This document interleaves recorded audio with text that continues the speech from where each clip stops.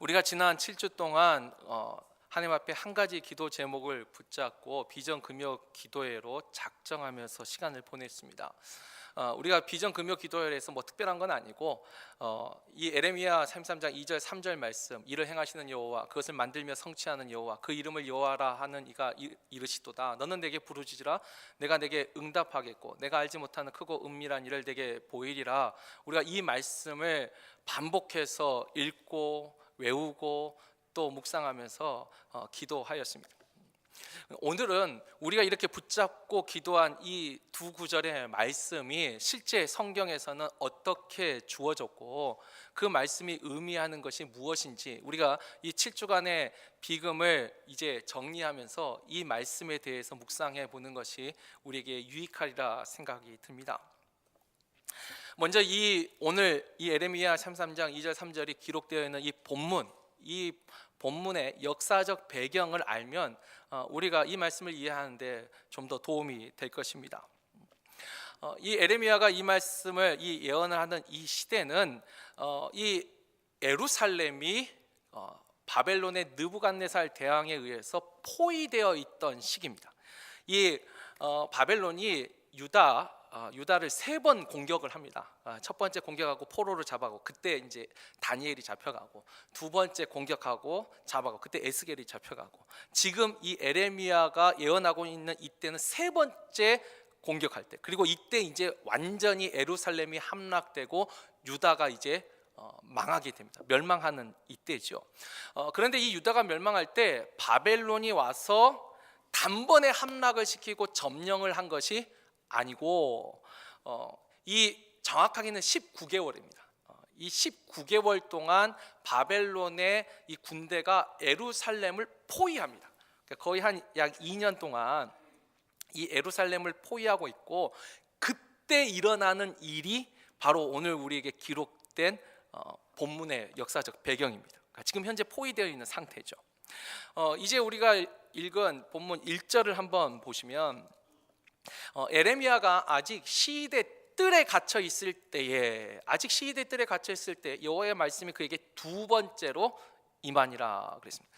일단 에레미야가 시위대 뜰에 갇혀 있었다. 근데 왜 갇혀 있었을까요? 그리고 오늘 우리가 읽은 이 본문은 두 번째 그러니까 임한 말씀. 그러면 첫 번째 임한 말씀이 또 따로 있었다라는 것이겠죠. 이 첫 번째 임한 말씀이 바로 그 앞에 32장 2절에서 5절에 기록이 되어 있습니다. 제가 한번 읽겠습니다. 그때에 바벨론 군대는 예루살렘을 에워싸고 선지자 예레미야는 유다의 왕의 궁중에 있는 시위대들에 갇혔어요. 그 이유가 뭐냐면, 이는 그가 예언하기를 여호와의 말씀에 보라, 내가 이 성을 바벨론 왕의 손에 넘기리니 그가 차지할 것이며 유다 왕 시드기야는 갈대아인의 손에서 벗어나지 못하고 반드시 바벨론 왕의 손에 넘겨진 바 되리니 입이 입을 대하여 말하고 눈이 서로 볼 것이며, 그렇죠. 그가 또 시드기야를 바벨론으로 끌어가리니 시드기야는 내가 볼 때까지 거기에 있으리라. 여호와께서 이와 같이 말씀하시니라. 너희가 갈대아인과 싸울지라도 승리하지 못하리라 하셨다 하였더니 유다 왕 시드기야가 이르되 내가 어찌하여 이같이 예언하느냐 하고 그를 가두었음이었더라. 자, 바벨론 군대가 예루살렘을 에워쌌습니다. 자, 에워쌌을 적에 우리는 이미 역사를 다 알고 있죠. 이 결과를 다 알고 있습니다. 그러니까 에레미야가 한 말이 진실이고 그가 참된 선지자라는 것을 우리는 알고 있습니다. 그런데 우리가 만약 그 당시 예루살렘에 살고 있는 유다인이었다면, 그때 우리가 에레미야 말을 처음 들었다면 과연 우리는 에레미야를 어떻게 생각했을까요? 잘 생각해 보세요. 지금 적군이 우리가 살고 있는 이 성을 에워싸고 있습니다. 그때에 이 선지자라는 사람이 여호와 하나님은 우리와 함께 계십니다. 하나님이 우리를 구원해 주실 것입니다. 하나님이 우리를 살려 주실 것입니다. 왜냐하면 이 예루살렘은 하나님의 전이 있는, 하나님의 택한 곳이니까, 하나님의 성전이 있는 시온산이 있고 다윗의 그 영원한 왕조를 약속하신 그 하나님께서 우리를 보호하실 것입니다. 이렇게 예언을 하기를 바랬지 않았을까요? 아니, 적군이 눈앞에 있는데 희망을 주고 위로해주고 감싸주고 붙돋아줘야 될 이 선지자가 지금 뭐라고 예언하고 있냐면, 너희는 헛된 기대를 소망을 버리라는 거예요. 이 예루살렘은 반드시 이제 함락될 것이고 너희들은 갈대아인들에게 사로잡혀 포로로 잡혀갈 것이고 너희의 왕은 반드시 잡혀가죠. 그래서 입과 입이 만나고 눈이 대하듯이, 그러니까 갈대아 이 바벨론의 느부갓네살 앞에 서게 된다는 것이죠. 여러분, 듣고 싶은 말이 아니라 전혀 듣기 싫은 말을 예언하고 있습니다. 어떻게 할까요? 싫겠죠. 당연히. 그러니까 이 정부 고관 대작들이 왕에게 말합니다. 이 사람이 백성들을 선동하고 지금 그렇죠. 온 국민이 마음을 하나로 모아가지고 적과 싸워야도 지금 시원찮을 판에 오히려 항복해라, 너희는 진다, 반드시 멸망한다, 이런 예언을 하고 있으니까, 그러니까 이 예레미야를 시위대들에 가둔 것입니다. 그리고 또 이때 예레미야에게 하나님이 주신 말씀이 근데 멸망한다, 패망한다 이 말씀만 준 게 아니고 이 32장 이제 7절 6절부터 그 뒷부분에 보면 하나님이 또 하나를 예레미야한테 예언하시죠. 그럼 베냐민 지파 땅에 있는, 베냐민 땅에 있는 아나돗이라는 곳에 있는 밭을 내 친척에게서 사라고 또 말씀을 하셨어요. 여러분 생각해 보세요. 어쨌든 지금 막 싸우고 있는 중은 아니에요. 그래도 어쨌든 간 남의 나라 군대가 우리가 이 성을 유다를 쳐들어와서 우리 땅에 들어와서 포위하고 있어요. 그때 땅을 살 수 있나요? 아니, 그 전쟁통에 내가 어떻게 될 줄 알고 땅을 삽니까? 그리고 그렇게 땅을 산데 그것이 만약에 진짜 우리가 점령당하면 그 땅이 내 땅이에요? 점령한 그 나라 소유가 되고 다 빼앗길 수도 있잖아요. 그러니까 땅을 사라는 그 말은 하나님이 멸망과 심판에 대해서 말했지만 적어도 두 가지를 약속해 주신 거예요. 하나는 에레미야 너는 죽지 않는다는 거죠. 땅 사놓고 내가 죽어버리면 그 땅이 어떻게 되는 거예요? 그래서 에레미야 너는 죽지 않는다는 약속 하나, 그 다음에 또 하나는 이 땅이 너의 소유가 될 것이라는 것은 이 땅을 결코 남의 나라에게 주지 않는다는 거죠. 회복시켜 준다는 약속이 들어 있습니다. 그리고 또 이 에레미야가 그 땅을 사는 이유는 우리가 얼마 전에 그 룻기 할 때 말씀드렸던 기업을 물을 자, 그래서 그냥 땅을 산 게 아니라 기업 물을 자로 정당하게 땅을 삽니다. 그러니까 하나님이 이 기업을 결코 잃어버리지 않겠다고 약속한 거죠. 하나님이 주신 그 기업이 결코 사라지지 않는다는 것을 예레미야에게 보여주신 겁니다. 근데 이게 첫 번째 주신 말씀이에요. 근데 이렇게 예언을 하니 당연히 예레미야 시대들에 갇혔고, 그 다음에 그 갇혀 있을 때에 또 두 번째 하나님의 말씀이 임합니다. 근데 이 두 번째 하나님의 말씀도 첫 번째 예언하고 크게 다르지 않습니다. 우리가 4절부터 5절을 보면 이스라엘의 하나님 여호와께서 말씀하시니라, 무리가 이 성읍의 가옥과 유다 왕궁을 헐어서 갈대아인의 참호와 칼을 대항하여 싸우려 하였으나 내가 나의 노여움과 분함으로 그들을 죽이고 그들의 시체로 이 성을 채우게 하였나니 이는 그들의 모든 악행으로 말미암아 나의 얼굴을 가리어 이 성을 돌아보지 아니하였음이라. 지금 아직 이루어지지 않았어요. 근데 꼭 이루어진 것처럼 예언하죠. 원래 하나님의 예언이 그렇게 합니다. 이 성이 너희들이 대항해서 싸우려고 그 19개월 동안 그래도 이 사람도 준비를 해야 했을 거 아니에요. 그러나 너희들은 절대 승리하지 못한다. 너희들은 이 성은 시체로 가득하게 될 것이다. 패망하게 될 것이다. 첫 번째 예언과 다르지 않습니다.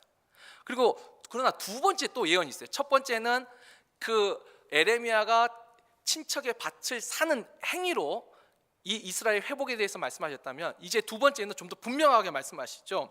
자, 6절부터 보면 그러나 보라, 내가 이 성읍을 치료하며 고쳐 낫게 하고 평안과 진실이 풍성함을 그들에게 나타낼 것이며 내가 유다의 포로와 이스라엘 포로를 돌아오게 하여 그들을 처음과 같이 세울 것이며 내가 그들을 내게 범한 그 모든 죄악에서 정하게 하며 깨끗하게 하며 그들이 내게 범하여 행한 모든 죄악을 사할 것이라.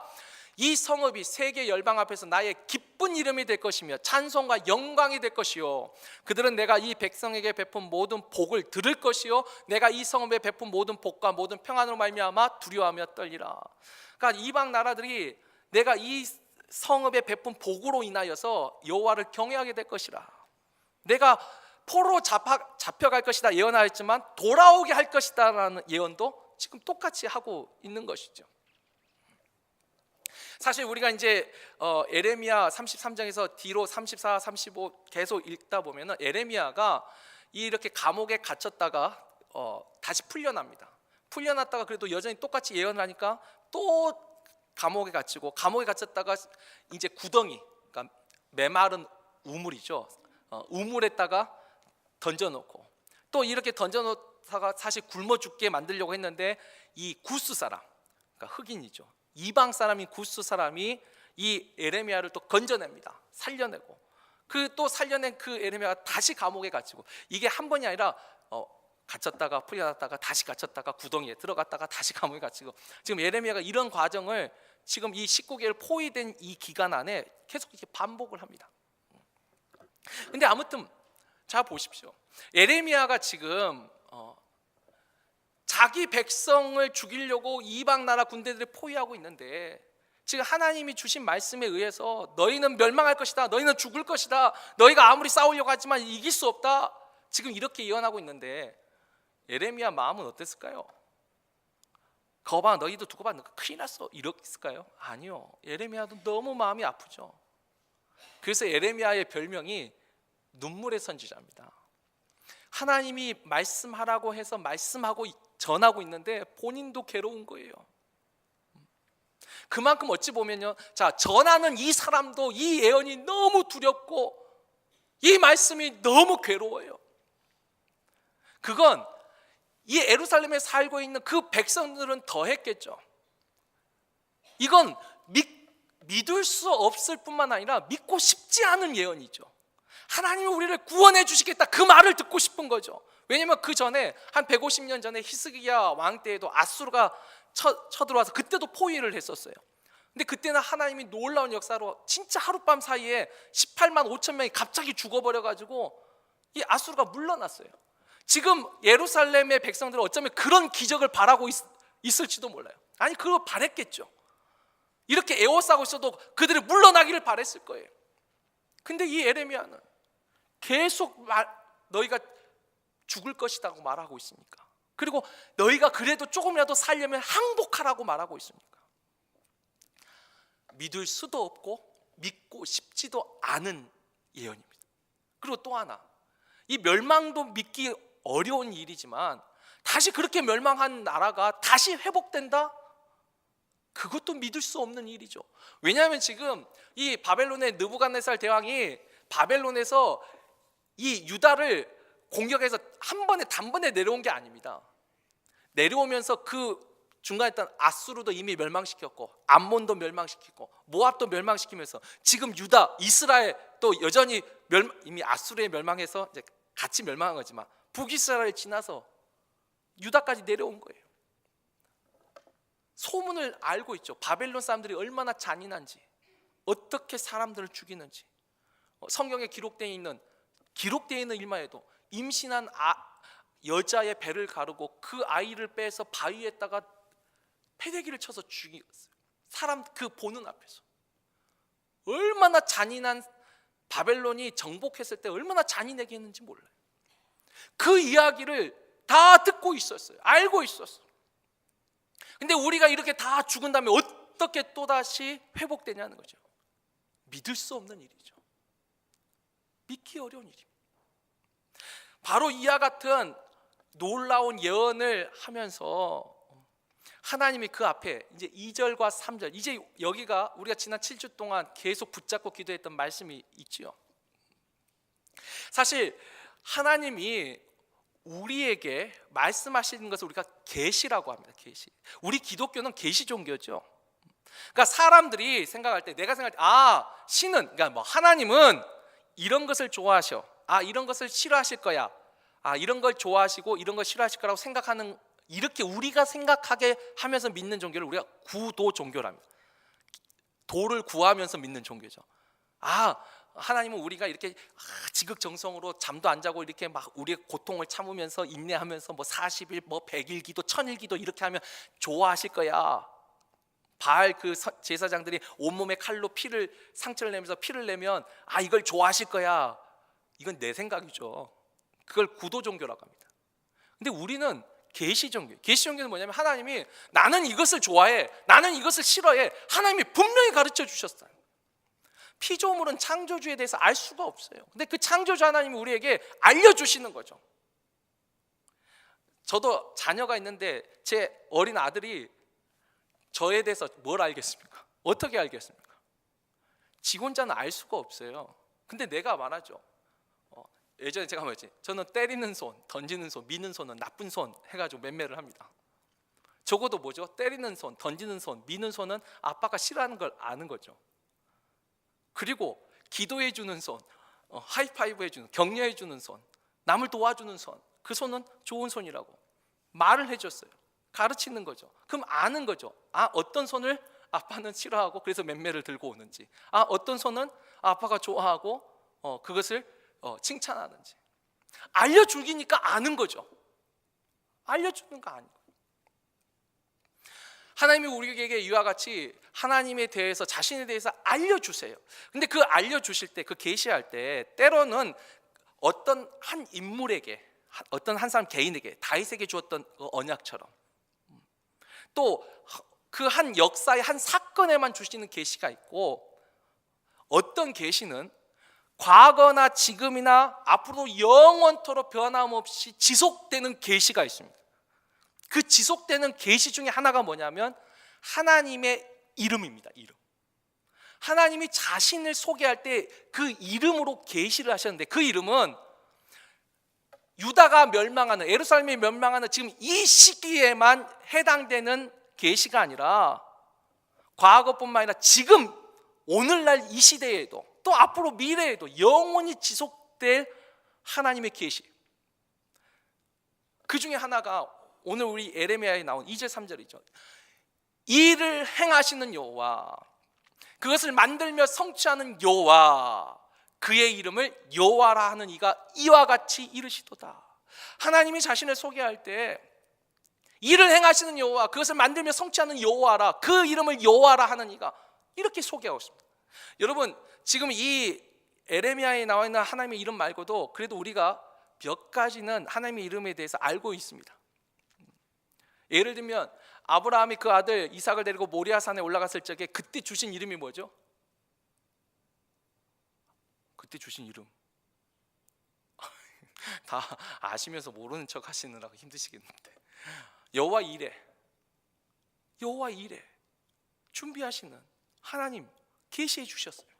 여호와 샬롬, 평강의 하나님, 엘샤다이, 제가 개인적으로 가장 좋아하는 이름은 엘샤다이, 전능하신 하나님, 여호와 체바오트, 만군의 여호와 하나님,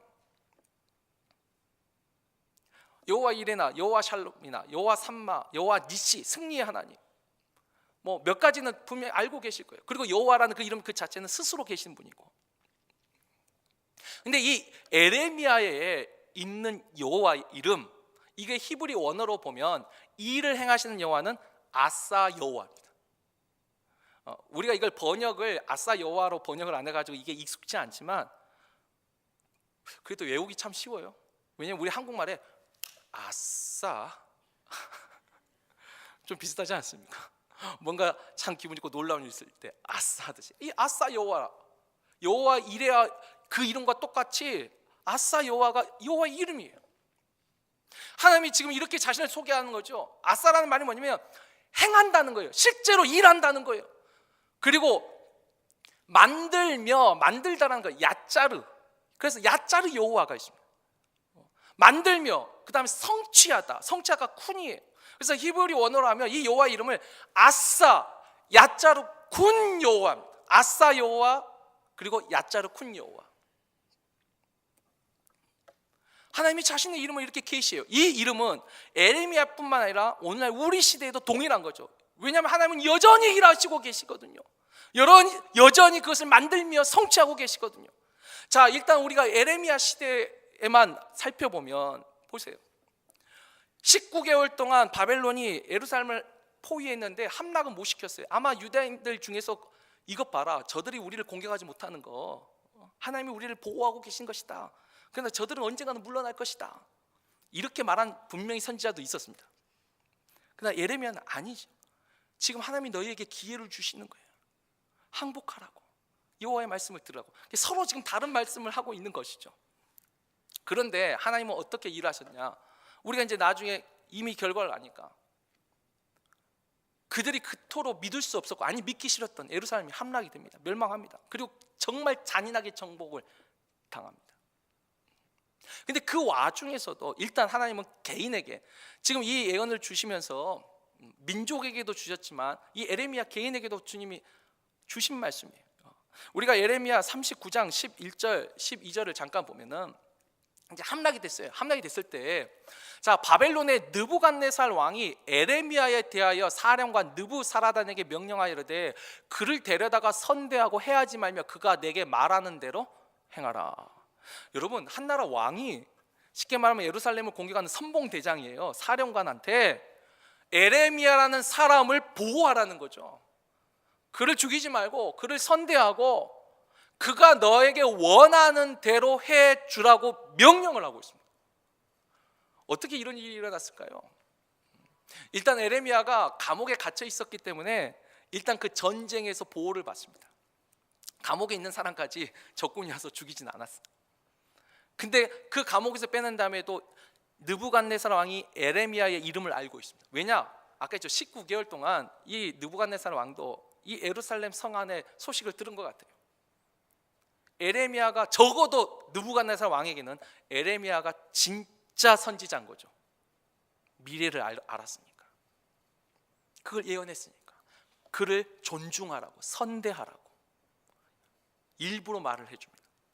하나님은 참 놀랍게도 예레미야 그 슬픔 속에서도 주신 말씀을, 그 눈물을 흘리면서, 눈물의 선지자라 불릴 정도로 울면서도 하나님 시킨 대로 말씀을 전했는데 하나님은 그의 생명을 건져내셨습니다. 그리고 또 그가 구덩이에 빠졌을 때 그를 건져낸 구스 사람, 그 흑인, 그 사람도 39장 그 뒤에 보면 하나님이 그를 생명을, 노량물을 얻듯이 너가 얻을 것이다, 구원받습니다. 우리가 여리고가 무너졌을 적에 그 기생 라합이 그 가운데서도 건짐을 받듯이, 구원받듯이 이 에레미야를 구덩이에서 건져낸 그 구스 사람을 그 전쟁통에서 하나님은 그를 또한 살려주십니다. 이게 뭐죠? 다 멸망하지만 그 가운데에서도 하나님이 일을 행하시면서 건져낼 사람을 건져내시더라는 거죠. 구원하시더라는 거예요. 그리고 또 하나, 에레미야가 예언했습니다. 70년 뒤에 너희가 다시 돌아오리라고. 그 놀라운 예언. 여러분, 바벨론이라는 그 엄청난 제국이 멸망할 줄 누가 알았겠습니까? 아마 그 당시 어느 누구도 몰랐을 거예요. 그러나 바사 제국이 그를 멸망시키고, 또 멸망당한다 한들 새롭게 정복한 그 사람이 포로들을 다 돌려줄 줄 누가 알았겠습니까? 어느 누구도 알지 못하죠. 근데 하나님이 그 일들을 실제로 행하시더라는 거예요. 또 에레미야 예언뿐만 아니라 이 150년 전에 이사야가, 요즘 우리가 새벽 예배에 이사야서를 보고 있는데, 이사야가 이 멸망에 대해서 얘기하면서 뭘 하나 예언했냐면, 너희들이 바벨론과 전쟁을 하다가 싸워서 패해가지고 망하는 게 아니라 너희들이 도망치다가, 싸워보지도 못하고 도망치다가 허망하게 멸망할 것을 예언을 했어요. 근데 에레미야 38장 보면 그 예언 그대로 19개월 동안 포위당하고 있어서 전쟁할 것처럼 했는데 진짜 고관 대작들과 그 지도자들은 도망갔습니다. 도망가다 다 잡혔습니다. 그 예언 그대로 성취되더라. 하나님이 말씀하신 것들을 하나님이 그걸 이루시더라는 거죠. 놀랍게 만드시고 이루시더라는 거예요. 그래서 지금 말하는 거죠. 나는 아싸 여호와라. 너희가 믿을 수 없고 믿기 싫다 하더라도 나는 이 일을 행한다는 거죠. 그리고 도저히 너희가 믿을 수 없는 그 놀라운 일들, 회복과 돌아오게 하는 것과 그 다음에 이 성읍이 다시 하나님께 영광을 돌리게 될 것이다, 그 예언을 하나님은 만들어 가시고 성취시켰다는 거예요. 이건 에레미야 시대 때 일어난 일입니다. 근데 이 아싸 여호와, 야짜르쿤 여호와가 아까 그랬죠. 이 시대에만 계시된 게 아니라 과거나 현재나 앞으로도 영원토록 이 이름은, 이 계시는 변하지 않습니다. 우리가 몇 가지 증거를 볼까요? 성경에서 한 세 군데만 살펴보죠. 우리가 출애굽기 14장 21절을 보면 우리가 잘 아는 출애굽 홍해 사건이 있습니다. 근데 이 홍해 사건을 우리가 그 영화 10개라는 영화 때문에 참 많이들 오해하시는데, 바닷물이 단번에 갈라지지 않았어요. 성경은 분명히 어떻게 말하죠? 모세가 바다 위로 손을 내밀매 여호와께서 큰 동풍이 밤새도록 바닷물을 물러가게 하시니 물이 갈라져 바다가 마른 땅이 된지라. 단번에 갈라진 게 아니라 하나님이 밤이 새도록 내가 알지 못하는 사이에 하나님께서 일을 하고 계셨다는 거예요. 계속 일하고 계셨어요. 계속. 아싸 여호와 일하고 쉬고 계셨어요. 야자로 큰 여호와 그것을 만들고 성취하고 계셨어요. 또 하나 여호수아 6장 20절도 마찬가지죠. 자, 이에 백성은 외치고 제사장들은 나팔을 불매 백성의 나팔 소리를 들을 때에 크게 소리질러 외치니 성벽이 무너져 내린지라. 백성이 각기 앞으로 나아가 그 성에 들어가서 그 성을 점령하고. 이 이야기는 어디서 나온 거죠? 여리고를 무너뜨릴 때. 여리고를 무너뜨릴 때 이스라엘 민족이 공성전을 벌여서, 그러니까 공격을 해가지고 여리고를 무너뜨린 게 아니라 그 크고 두꺼운 성벽이 하나님의 말씀대로 순종해서 하루에 한 번씩 돌다가 마지막 날에 7번 돌고 큰 소리로 주여 외쳤더니 그 성벽이 무너져 버렸어요. 누가 하신 거예요? 그건 하나님이 하신 일이죠. 계획하시고 성취하셨어요. 또 하나 볼까요? 역대하 20장 22절을 보면은 이 세계 역사 속에 정말 그 유례가 없는 전쟁터의 성가대, 그러니까 찬양대를 맨 앞에 세워가지고 전쟁에 이긴 유일한 전쟁, 바로 여호수아 시대 때 암몬과 모압과 에돔의 연합군이, 이거 언제 주일에 제가 한번 설교를 했었습니다. 그 전쟁에서도 자 보세요. 그 노래와 찬송이 시작될 때에 여호와께서 복병을 두어 유다를 치러 온 암몬 자손과 모압과 세일산 주민들을 치게 하심으로 그들이 패하였으니 곧 암몬과 모압 자손이 일어나 세일산 주민들을 쳐서 진멸하고 세일 주민들을 멸한 후에는 그들이 서로 쳐 죽였더라. 아니 유다를 공격하러 연합군이 쳐들어왔는데 지들끼리 싸우다가 죽은 거예요. 물론 우리가 하나님을 빼버리고 그냥 일반 역사로 본다면 이 연합군 사이에 서로 의심이 생기고 뭔가 분쟁이 일어났나 보다 추측은 할 수 있겠죠. 아무리 그래도 서로 치고받다가 완전히 다 죽나요? 일반 역사로는 이 일을 설명하기 어렵습니다. 그러나 우리는 성경은 하나님이 이 일을 행하셨다고 기록하고 있죠. 하나님이 때로는 직접 일하실 때도 있고 하나님이 사람들의 마음을 움직여서도 일을 행하실 때도 있으시더라는 거죠. 근데 여기서 참 중요한 것이 있습니다. 우리가 아무것도 할 수 없을 때, 정말 아무것도 할 수 없을 때 하나님이 직접 일하신다는 거예요. 근데 여기서 하나 착각하시면 안 돼요. 바로 제가 지난주에 바로 전주에 말씀드렸어요. 사람이 무엇으로 심든지 그 심은 대로 거두리라. 사람이 자신이 할 수 있는 건 해야 됩니다. 학생이 공부하지 않고 장사하는 사람이 일하지 않고 그냥 하나님이 일하시고 하나님이 공부하고, 이건 아니에요. 여기서 말하는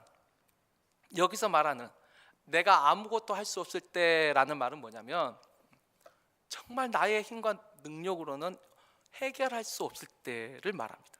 근데 그때라도, 그래서 오늘 예레미야 33장 2절은 2절로 끝난 게 아니라 3절이 그 다음 더 한 구절 더 있죠. 그렇게, 그러니까 이것은 내가 진짜 아무것도 할 수 없을 때 그런 상황이라도 그래도 너는 하나 할 수 있는 게 있는데 그게 뭐죠? 너는 내게 부르짖으라. 내가 내게 응답하겠고 내가 알지 못하는 크고 은밀한 일을 내게 보이리라. 기도하라는 거죠. 여러분 적어도 기도할 수 있습니다. 아니 내가 할 수 있는 것이 있을 때라도 기도는 해야 됩니다. 제가 지난주에도 그랬죠. 심은 대로 거두리라 했지만 내가 할 수 있는 영역이 있지만 할 수 없는 영역이 그 가운데도 있습니다. 그래서 우리가 하나님의 은혜와 도움을 받기 위해서 하나님을 의지하고 기도해야 된다 있어요. 기도는 당연히 한 것이고, 그러나 아무 것이 할 수 없을 때라도 더 부르짖어 기도하라는 거죠. 여호사밧 왕처럼 성가대 세워서 전쟁에 매번 나갈 때마다 성가대 세워서 전쟁에 이긴 게 아니에요. 하나님은 다양한 게 역사하세요. 그러나 적어도 여호사밧 그 시대에는 내 힘으로 싸울 수 없었던 거예요. 내가 아무것도 할 수 없는 거예요. 지금 예레미야도 아무것도 할 수 없는 거죠. 시대들에 갇혀서 자신은 하나님이 주신 말씀만을 전할 수밖에 없는 거예요. 그 말씀도 희망의 메시지, 구원의 메시지면 더 좋을 텐데 하나님이 주신 말씀을 정직하게 전하는 것밖에 할 수 없어요.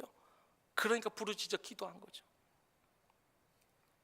이 예루살렘 주민들도 할 수 있는 게 없어요. 19개월을 포위하고 있는데도 그것을 뚫고 나갈 힘이 없었으니까. 그때 하나님이 부르짖어 기도하라고 했어요. 근데 그 19개월 동안 이 하나님의 말씀을 듣고 부르짖어 기도한 사람들이 살아남은 줄 저는 믿습니다. 왜냐하면 그 구스인 에벤멜렉을 건져내실 때 뭐라고 말씀해요?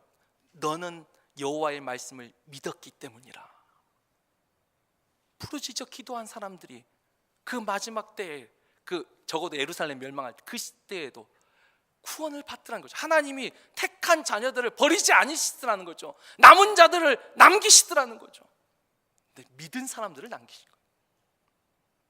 여호와의 말씀을 듣고 부르짖어 기도하는 것이 아니라 가옥을 헐고 왕국을 허물어서 싸우려고 대항한 사람들, 오히려 내 방식대로 하려는 그 사람들이 다 죽은 것이고, 부르짖어 기도하라는 말씀에 순종한 사람들은 살아남은 것이요. 우리가 또 하나님께서 이렇게 직접 일하시는 것뿐만 아니라 만들어 가신다는 거, 이 야자루 쿤 여호와도 그 이름을 우리가 기억해야 돼요. 우리가 성경에도 수많은 이야기가 있는데 또 한 두 군데 볼까요? 창세기 45장 5절을 보면 요셉이 이렇게 말합니다. 당신들이 나를 이곳에 팔았다고 해서 근심하지 마소서, 한탄하지 마소서. 하나님이 생명을 구원하시려고 나를 당신들보다 먼저 보내셨나이다. 여러분, 요셉이 당한 일들 얼마나 기가 막힌 거예요. 우리가 다른 그냥 일반 친구에게 배신당해도 기분이 정말 나쁜데, 이거 가족에게 배신을 당했어요. 여러분, 가족에게 배신당한 그 배신이 얼마나 깊은 상처입니까? 또 나는 성실하게 일했어요. 그런데 그 주인이 자기 말보다는 부인 말 듣고 자기를 감옥에 가둬서 억울하게 더 누명씌워서 더 밑바닥으로 밀어넣었어요. 또 그곳에서 자기가 꿈 해몽을 잘해줘서 기억한다고 해놓고도 1년 동안 잊어버렸어요, 이 사람이. 요셉이 생각할 때 얼마나 기가 막힙니까? 그 인생이 기가 막혀요. 그러나 그가 다 지난 후에 하나님이 이렇게 만드셨군요, 야자르 쿤 여호와를 고백하고 있지 않습니까? 자기가 그런 인생을 산 게 아니에요. 자기가 그렇게 억울하게 배신당하고 누명 쓰고 그렇게 살고 싶었겠어요, 요셉이? 그런데 하나님이 그렇게 만드셨다는 거예요. 더 큰 일을 준비하기 위해서. 그걸 고백하고 있어요. 여러분, 우리가 다윗과 골리앗 이야기도, 우리는 다윗이 작은 고추가 맵다, 큰 이 골리앗을 단방에 죽인 걸로 알죠. 아니요, 여러분, 그 사건 전에 아주 중요한 구절이 있는데 사무엘상 17장 16절에 보면 그 블레셋 사람이 40일을 조속으로 나와서 몸을 나타내었더라. 여러분, 매스컴이 발달하지 않는 이 시기에 40일 동안 하나님은 블레셋이 이스라엘을 공격하지 못하도록 막으셨어요. 막았을 뿐만 아니라 이 골리앗을 통해서, 보세요, 골리앗이 유명해질수록 누가 더 나중에 유명해진 거예요? 다윗이 유명해졌습니다. 여러분, 일개목동이 쿠데타를 일으켜서 왕위를 찬탈한 게 아니에요. 뺏은 게 아니에요. 일개목동인 다윗을 하나님이 이스라엘 앞에 높여주시더라는 거예요. 40일 동안 그 시간 속에서 다윗을 높여주셨다는 거예요. 높인 다음에 또 어떻게 해요? 엄청난 시련을 주셨잖아요. 늘 전쟁터 가서 앞장가서 싸웠어요. 그런데도 또 그 시기와 누명이잖아요. 억울함 속에서 도망 다니고 맞서 싸우지 않아서 도망 다녔어요. 그런데도 끝까지 죽이려고 쫓아다녀요. 다윗 입장에서 얼마나 기가 막힙니까? 그런데도 그가 이게 다 하나님의 뜻이라고, 하나님이 만드신 거라고 야자르 쿤 여호와를 인정하지 않습니다. 그리고 실제로 하나님은 쿠데타 아닌 정말 기가 막힌 방식으로 다윗을 이스라엘의 주권자로 삼으셨다는 것입니다. 우리가 성경에 이 에레미야 시대가 아니라 과거에도 이렇게 아사 여호와, 야자르 쿤 여호와를 우리가 발견할 수 있습니다. 그러면 이 성경 외에는 없었을까요? 아니요. 이 성경 외에 여전히 그 아사 여호와, 야자르 쿤 여호와를 믿었던 수많은 우리의 믿음의 증인들이 증거를 남겼잖아요. 내 힘과 내 능력으로 할 수 없었던 일을 하나님께서 이루셨다라고. 우리가 히브리서 11장 믿음장을 보면 이 믿음의 조상들의 이름이 계속 연달아 나오죠. 여러분, 그 마지막 이 히브리서 11장이 거기서 이제 끝났을까요? 예전에 액츠 29, 원래 사도행전은 28장까지 있습니다. 근데 이제 온누리교회 하용조 목사님이 액츠 29을 여기 온누리교회에서 시작했죠. 사도행전의 역사는 끝나지 않았다고. 사도행전 29장을 우리 교회가 다시 시작한다고. 마찬가지. 히브리서 11장 믿음의 조상들의 그 허다한 증인들이 거기서 마침표를 피리어드를 딱 찍었을까요? 아니요. 지금도 히브리서 11장은 계속 이어지고 있죠. 믿음으로 아벨은 가인보다 더 나은 제사를 드리듯이 지금도 여기서는 믿음으로 하나님께 온전한 신령과 진리로 드리는 예배자를 하나님은 히브리서 11장에 계속 이어서 기록하고 계실 거예요. 믿음으로 그 애굽의 궁전의 생활보다 하나님의 백성과 함께한 삶을 선택한 모세와 같은 사람을 여전히 기록하시겠죠. 그런 증인들 때문에 우리가 지금까지 믿음을 가지고 살고 있는 것이죠. 그러면 하나님은 오늘날 이 시대에도 어떻게 아싸 행하시고 야짜르 쿤 행하시고 만들고 성취하고 계신가요? 거기에 대해서 성경은 우리에게 참 좋은 말씀을 주시죠. 바로 전도서 9장 11절에 보면 너희가 빠른 경주자로 해서 먼저 도착하는 것이 아니고 지혜자로 해서 재물을 많이 얻는 것도 아니고 힘이 있는 자라고 해서 전쟁에서 이기는 것도 아니니 이는 모든 사람에게 시기와 우연, 그러니까 시기와 사건이 임함이라. 저는 여기에 제 신앙 경험에서 하나를 더 덧붙이고 싶어요. 하나님은 시기와 사건과 사람을 통하여서 하나님이 일을 행하시더라고요. 전혀 내가 생각지 못할 때에 전혀 생각지 못한 사건들이 일어나요. 전혀 생각지 못한 사람들을 만나게 되더라는 거죠. 하나님이 이것들을 통하여서 사람이 자신이 마음으로 자신의 길을 계획할지라도 자기가 자신의 길을 계획할지라도 그 걸음을 인도하신 자는 여호와시니라. 여러분 이 세상에 자신이 계획하고 뜻한 대로 인생을 산 사람이 있을까요? 만약 그런 사람이 있다면 이 세상이 이렇게 힘들지 않을 거예요. 자신의 생각과 뜻대로 되지 않습니다. 어쩔 때는 자기가 생각하지도 못하는 엄청난 이제 하나님을 모르는 사람한테 이게 행운이죠. 행운 때문에 오고 어쩔 때는 사고 때문에. 근데 하나님이 이 모든 것들을 통하여서 하나님이 자신의 백성들의 삶을 인도하고 계신다는 거예요. 아싸 여호와, 야짜르 콘 여호와, 여호와 이레, 여호와 니시, 여호와 샬롬, 여호와 삼마 이 이름뿐만 아니라 이 이름을 하나님은 스스로 계시하셨고 그 이름 그대로 지금도 행하신다는 거예요. 제가 참 좋아하는 영어 격언이 하나 있습니다. 이 출처가 어딘지는 모르겠는데 많이 들어보셨을 거예요. When I work, 내가 일할 때 God waits, 하나님은 기다리십니다. 그러나 When I pray, 내가 기도할 때 God works, 하나님이 일하십니다.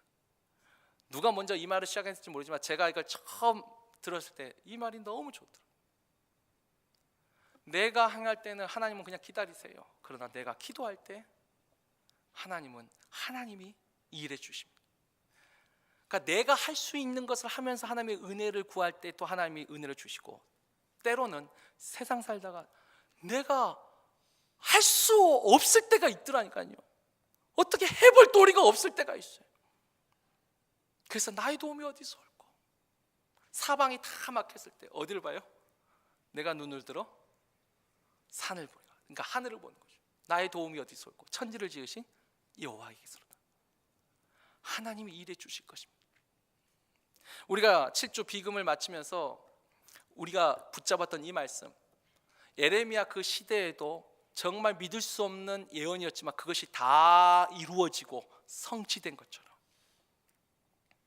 이번에 우리가 이 계시해 주신 그 하나님의 이름을 붙잡고 기도했기 때문에 하나님의 때가 되면 반드시 때가 되면 물론 요셉의 경우는 한 13년, 다윗은 한 10년, 아브라함은 25년 기간이 뭐 짧진 않았지만 큰 꿈은 또 오랜 시간이 걸리겠지만 하나님이 어떤 사람의 기도 제목은 당장 응답하실 거고 어떤 사람은 또 몇 년이 걸릴 수 있겠지만 신실하신 하나님을 절대 잊어버리지 아니하시는 거. 우리가 비금을 할 때 기도 제목 하나를 가지고 기도하지 않습니까? 새해 때는 여러 가지 기도 제목을 가지고 기도하지만 비금 때는 하나, 그 하나가 뭐죠? 내 힘과 내 능력으로는 도저히 할 수 없는 기도 제목을 가지고 기도하지 않습니다. 바랄 수 없는 중에 바라는 믿음을 가지고 붙잡고 기도하자라고 했죠. 적어도 비금 때 아싸 여호와 야자로 군 여호와 이름을 불러가면서 부르짖는 기도는 일상적인 기도보다는 정말 바랄 수 없는 중에 바라는 그 믿음으로 도저히 내 힘과 내 능력으로 어쩔 수 없는 그 기도 제목으로 하나님을 부르짖으면서 기도할 때 오직 하나님의 능력만이 이것을 할 수 있습니다라고 고백하면서 기도할 때 하나님은 그 믿음을 보시고 하나님의 때가 되면 에레미야를 그 전쟁의 참혹한 전쟁 속에서 그 잔인한 군사들의 소나기 속에서도 왕의 입을 통하여서 그를 건져낸 것처럼 또 심지어 그 에레미야를 건져낸 그 구스 사람 이방인조차도 하나님이 건져내신 것처럼